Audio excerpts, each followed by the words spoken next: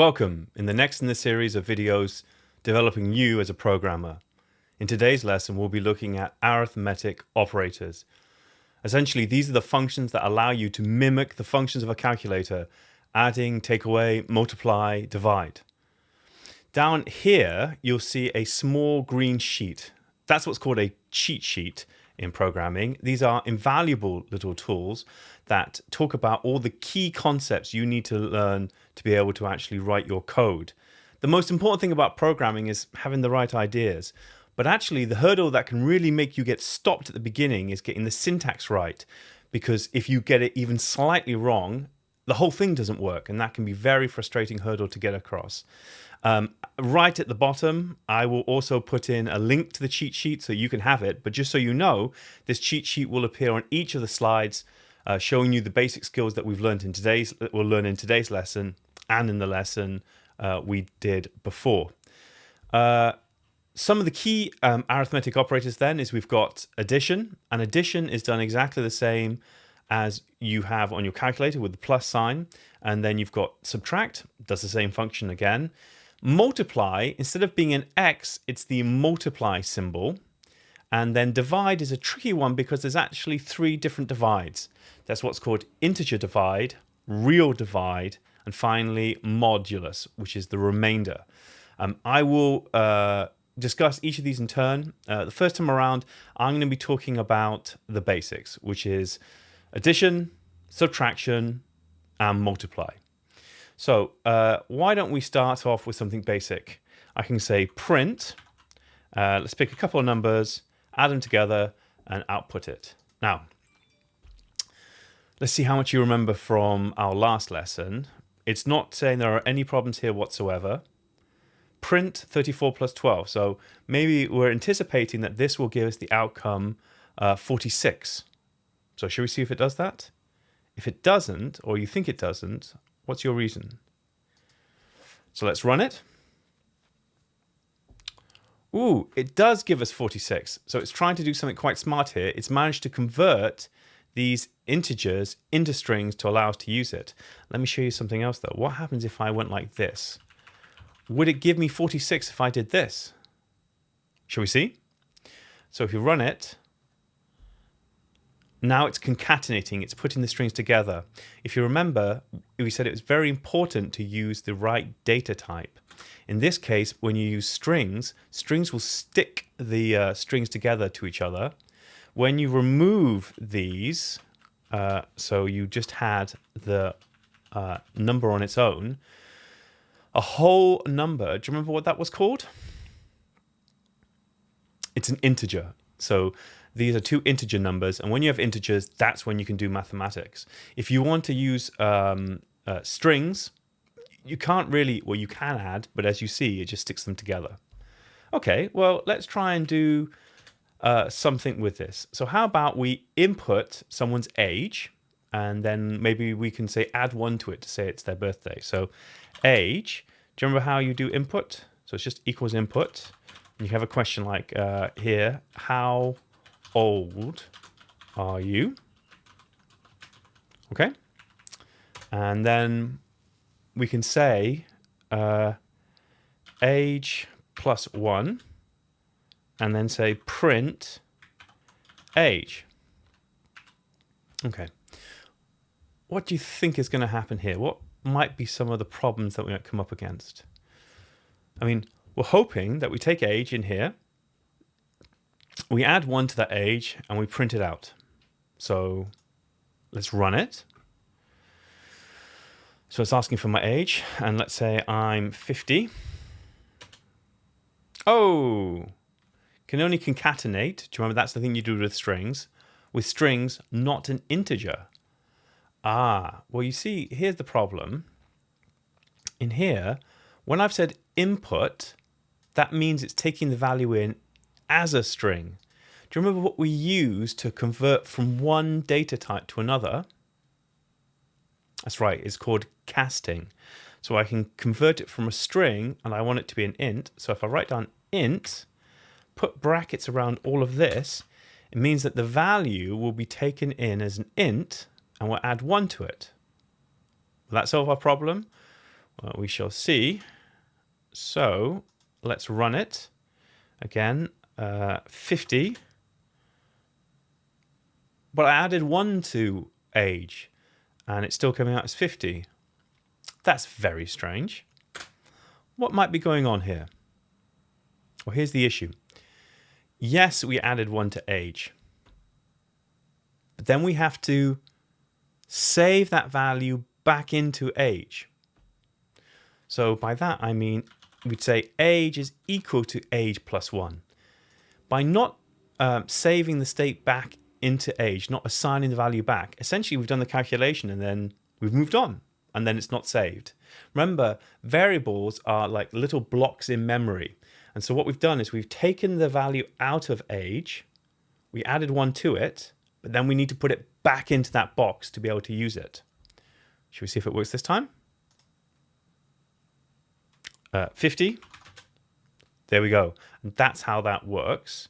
What else did we want to do? Well, you've lost a year. I don't know how that would happen, but age equals age minus 1. And so when we run it, if I say I'm 50, how old is it going to make me say I am now? So hopefully 50 will be taken in as age here. It will be stored as an int. Age minus 1 makes it 49, and then we print it out. Hooray! Okay. Let's say we keep the original age. What happens if I want to know how many days old you are? And I mean roughly. I don't mean to the exact day. So what we could do is just times it by the number of years, the number of days in a year. So we could say print age times by 365. So if you remember, the star is multiply. And if we run that, is it going to be happy with us? Let's see. So I said 50. There you go. 18,250. Stumbled a bit. Check this out, though. How you are roughly this many days old. So now I've started with a string. I want to add that to it. Here's where you can get into some problems sometimes, because you've got a string here and you're adding it to an int. Should we see what happens? So again, 50.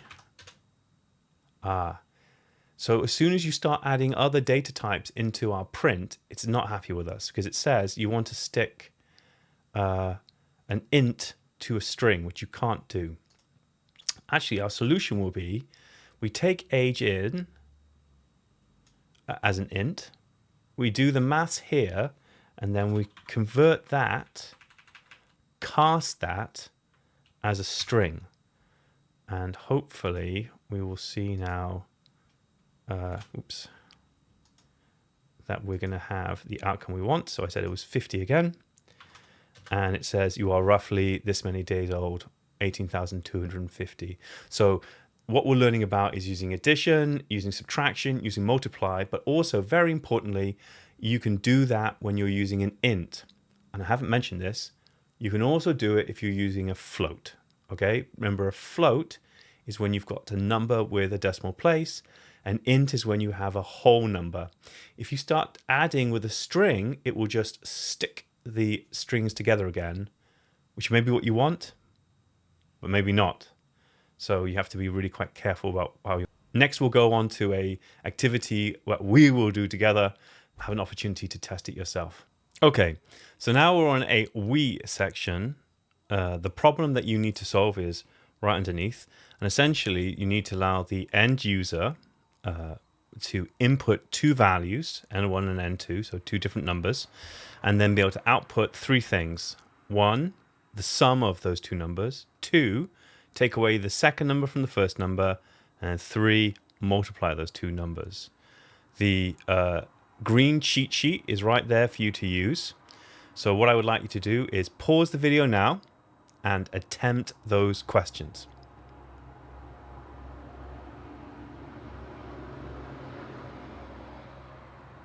Okay, let's see how you get on. Now I'm going to try and solve the problem. So first of all, I want to be able to take in these 2 numbers. So n1 equals input what is the first number? Now remember, when we use this command, what data type will it be taken in as?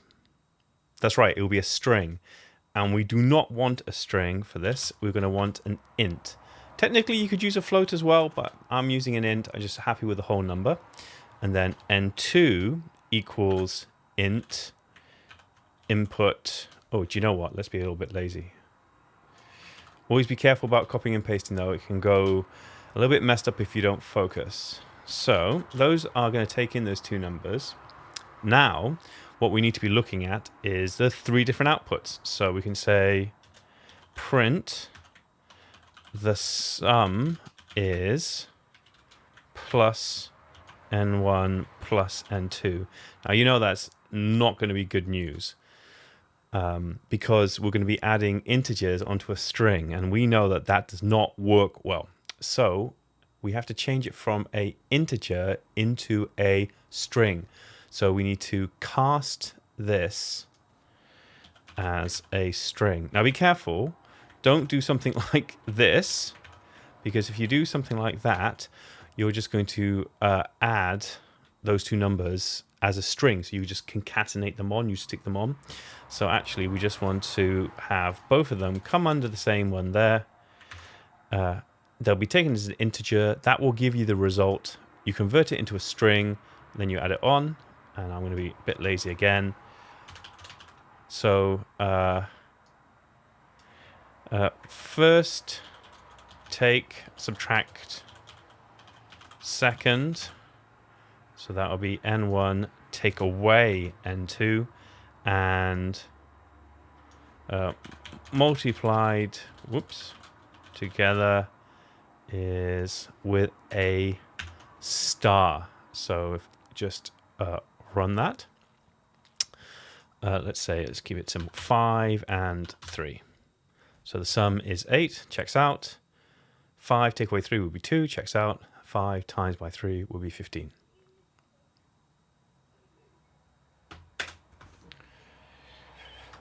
Welcome. We have another we section. So it's going to be another puzzle for you to solve. Underneath, you can see it. And it's requiring to use something actually that we haven't used directly in arithmetic operators, and that's using a floating point number. Now, if you remember, a floating point number is a number that is not a whole number. And this is looking at the width and height in meters of walls. So yeah, a wall might be exactly 3 meters or exactly 4 meters long, but there's a good chance that we say 3.79. And 3.79, well, that's a floating point number, a number with a decimal place.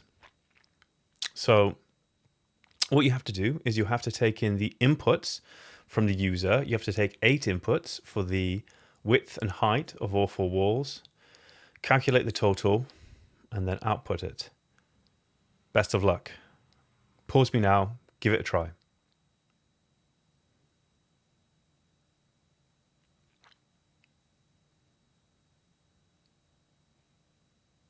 Okay, how'd you get on?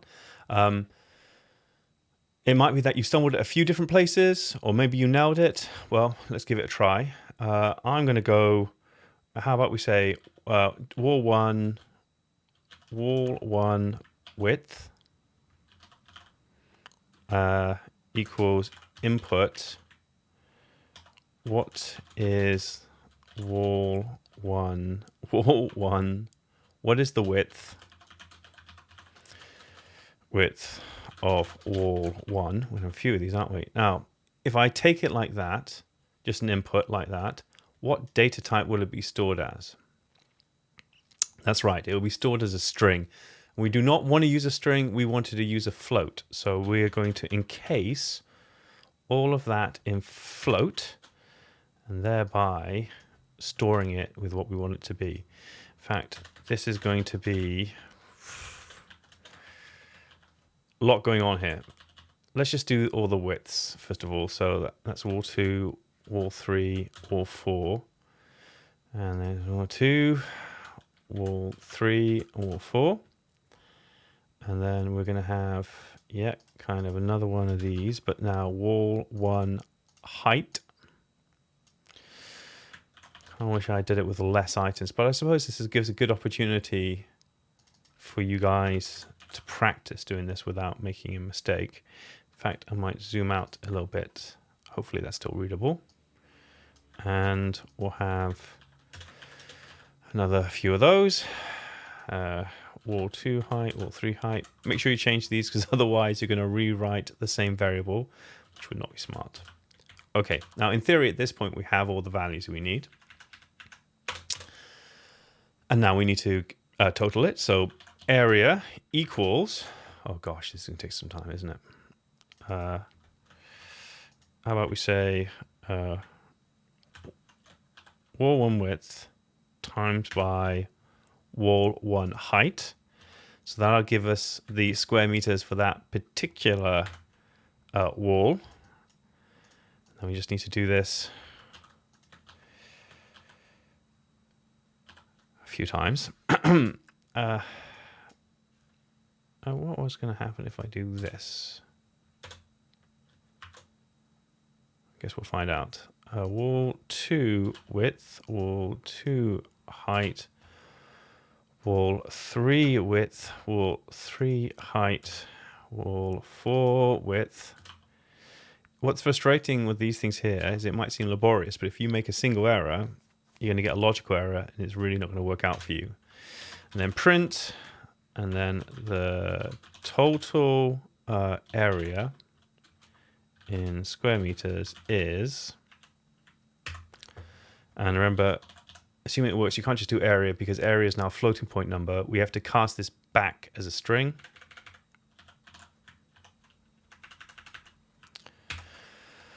I don't know whether that's going to work, if I'm going to be honest. We'll find out.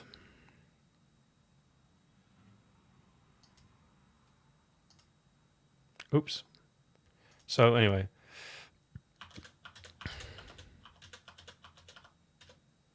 Oh, success. Okay. So each of them were 4 by 3. 4 by 4. So 16.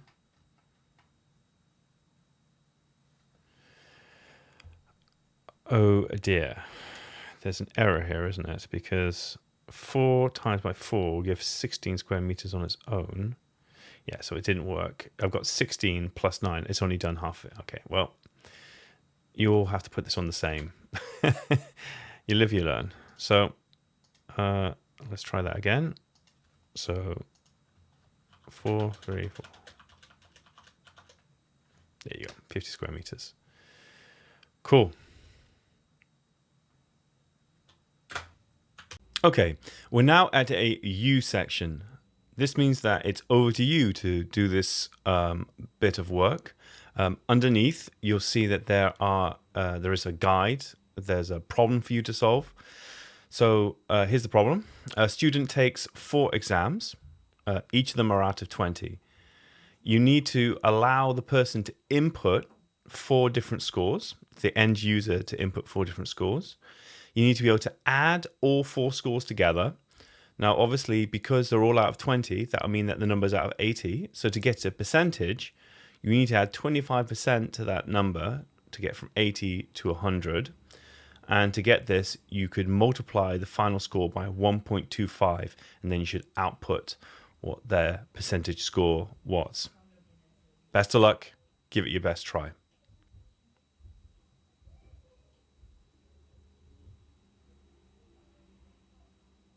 Okay, now let's do the slightly more complicated element of arithmetic operators, and that's looking at division. And with addition and subtraction and multiplication, there was one single way to do it. But with division, there are 3 different types of division used for slightly different reasons. There's real division, integer division, and modulus division. And that, do you know what, maybe I should demonstrate. So this will be real division. So print 9 divided by 3. A single slash like that, that's a real division. Now, do you remember what a real number was? Yeah. A real number is like a float number. It's a number with a decimal place. So if I run this, you're going to see that 9 divided by 3 gives you 3. Of course, here's an issue. What happens if I said, oh, in fact, maybe I should do this integer divide. So print 9 to do integer divide, so end up with a whole number, it's /3. So if I run this, it will say for the first one 3.0, so floating point answer, and the other one 3. It's giving us the same answer. What happens if I change it to 10 divided by 3 and 10 divided by 3 here? So if it's going to give you a floating point response, a real division response, what do you think 10 divided by 3 is going to give you? It's not going to give you 3 exactly. What about this one? 10 so integer divide 3. What's that going to give you? Should we see? So 10 divided by 3 is going to, I'm not sure what that 5 is there for. It must be some kind of system of running out of precision. But 3.33, 3 1/3. Okay. But with integer division, it's still giving 3. Now, why is that? Here's a straightforward reason why. In integer division, it just chops off whatever's past that point. You might think, it's rounding down. It's doing something clever. Well, let me show you how that's not the case. Because if I say 11 divided by 3, and 11 divided by 3 here, that's going to give you 3.66666. And if it's rounding, you might think, well, then it will round up to 4. Not the way it's going to work. What's going to happen is that's going to give you 3.666, but with integer divide, it will just chop off whatever's on this side. So over here, it don't matter if that's 3.99999, it will still end up being 3. Okay, so we talked about real division. We've talked about integer divide. What we got left over, that's right. If we're using integer divide, we're still going to want to know, okay, well, what is this value that's left over? And so that's called the modulus, the remainder. So I can say print 11. In books, you might see it written like this in pseudocode, mod 3, but the command for mod is percentage sign. So 11 percentage sign 3. That's not going to return 0.666. It's going to return the number the numbers above it. So 3 will go into 11 3 times. So that's 3 times 3, that's 9. And it will return the actual numbers left over, which in this case will be 2. There you go. I'm going to do this super quick. I'm going to come up with some different things here. So 4, 4, and 4 here. Okay, here's what I want you to do. Take a moment, have a look at these. I want you to predict what you think the outcome is going to be for each of these 3. 11 divided by 4 with a real division, 11 divided by 4 with an integer division, and 11 percentage sign 4, which is 11 mod 4. Okay, so for this first one, that's the number of 4s that will go in will be 2, gets us to 8, and leaves us with 3/4. That's going to give us 2.75, I predict. 11 integer divide 4. So 2.75 in an integer divide, it's going to chop off that 0.75. It's just going to give us 2. And at the end, it's going to say, okay, well, how much is left over? So it can go twice. So that would be 8. 11 take away 8 should give us 3. Should we see? Right, there we go. These are used all the time in programming to solve some problems. Let's have a look at a couple of those examples. Okay, so this is a section we're going to do together. Let's have a look at our problem. It's the one straight underneath. It says you need to calculate the number of pots of paint required to paint a room. So one pot of paint can cover a certain amount of space, and we're going to create the algorithm that's going to calculate that for us. Allow the user to enter the square meter area of the room. So this is saying almost like a continuation of what we did earlier, where we calculated the square meterage on the number of walls. But this time they can just directly enter that number. So 8 square meters, 30 square meters, what have you. A pot of paint can cover 7 square meters. How many pots are going to be required? How much of the pot is left over? Okay, so this is where you're going to have to use your division to be able to do this. Think about whether you need real division, integer division, modulus division, how many of those you're going to need. Give it a go.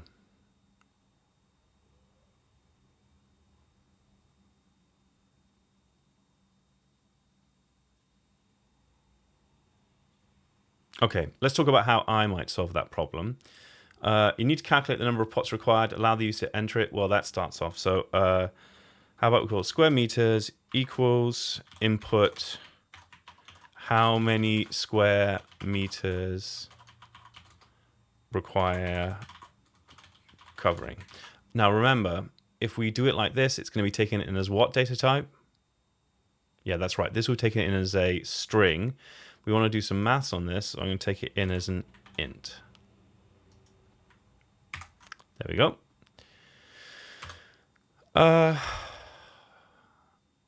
Okay, next. A pot of paint can cover 7 square meters. How many pots are required? So pots needed is equal to the number of square meters. Now, if we do integer division by 7, let's test that out, because it's not going to give us quite the right answer, but we're going to be close. So if we run this and we say we require 10 square meters, and so we're thinking we need 1 pot for the first 7 and a second pot for the next 3. And this would say 1 because it would chop it off. How do we fix that? Well, actually, this is pretty straightforward. We can just go pots needed equals pots needed plus 1. Now, maybe this is the bit we remember we were doing earlier. We're saying we added 1 to pots needed, but then we have to save that back into pots needed, otherwise it won't keep it. So do you remember I showed this earlier? If I ran it like this, if I ran this one and I did the 10 square meters again, this time you're thinking, I've written in 10, I integer divide by 7, which give me 1, added 1 to it, give me 2, so I should print out 2. I've kind of just shown the solution, but remember what happens, it's 1, and the reason it will stay as 1 is because I need to then save that value back. So if I take the value from pots needed from that variable, I add 1 to it, but then I need to assign it back to pots needed. Anyway, and now this will give me the right answer, but I haven't totally solved my problem. So it's giving me 2. It says how much is left over. Now think about how you might get how much is left over. So what you could say is left over. Think about what kind of division is going to let you see what's left over. So we got square meters, percentage sign, so the modulus, and 7. And if I go print left over, that's going to give us this value. 10. It's going to say 3. So actually, we could say you have. Now I can't now just add leftover on because it's an int, so I have to say it's a string. So, and then 7th of a pot left over. So that's going to say you have, and then whatever that's going to be, 1, 2, 3, 4. Oops, I wrote that completely wrong. My bad. str and brackets around leftover. My apologies. So that's going to, whatever the result's going to be of a pot left over. And then here you require, and again, I can't say just pots needed. I have to say, convert that to a string. You require, let's put a space there. Pots. All right, should we try that out? Oops, there we go. So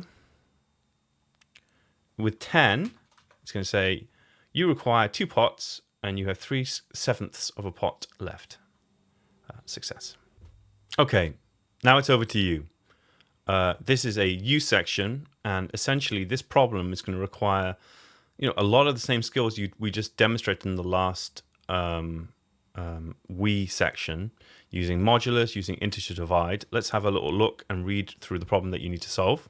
Allow a user to enter how many guests are at a wedding. So that's using input. Remember, you want to take that in as an integer. Each table can hold 6 people. So it's a bit like the paint problem. So you've got a wedding, you've got, you need to figure out how many tables you need. Each table needs to hold, can hold 6 people. Using division, calculate the number of tables required. Okay, so this is very similar to the last problem. And then how many seats are spare? Give that a go.